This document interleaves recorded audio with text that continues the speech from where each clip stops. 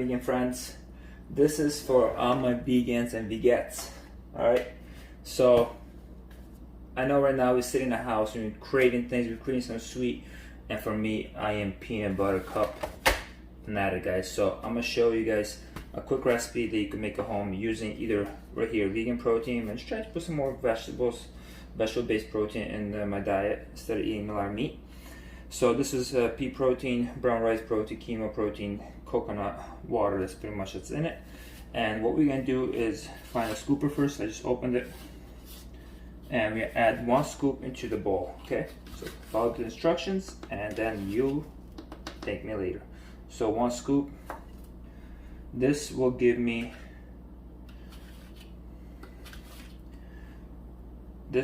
about 20 grams of protein, 8 grams of carbs, 2 grams of fat. Alright? Next thing I do is add some pbfit, or you can use regular peanut butter if you have the calories. We're going to use about 2 tablespoons of pbfit, which is just dried up protein powder, so it's a little bit less calories. So 2 tablespoons, 70 calories, compared to 2 tablespoons of peanut butter is 200 calories. So right there you're saving 130 grams of calories. 130 calories. Okay, so next thing is you're gonna add some water. Okay, slowly add water, or coconut or almond milk. I use almond milk because I like the consistency of this a little bit more. And what you want to do is stir. Okay, don't pour it too much. Pour and then stir. Okay, just like this, and then just like that. Okay, because if you can always add more almond milk, but you can't take it away. Okay, so just like this, you're gonna mix it. I use this for my pre-workout meal, or just quick on-the-go snack on a regular basis. This turns into a fluff, and you know it turns like this. See, nice and fluffy. Add a little bit more. I want a little more consistency in there. Just like that. There you go.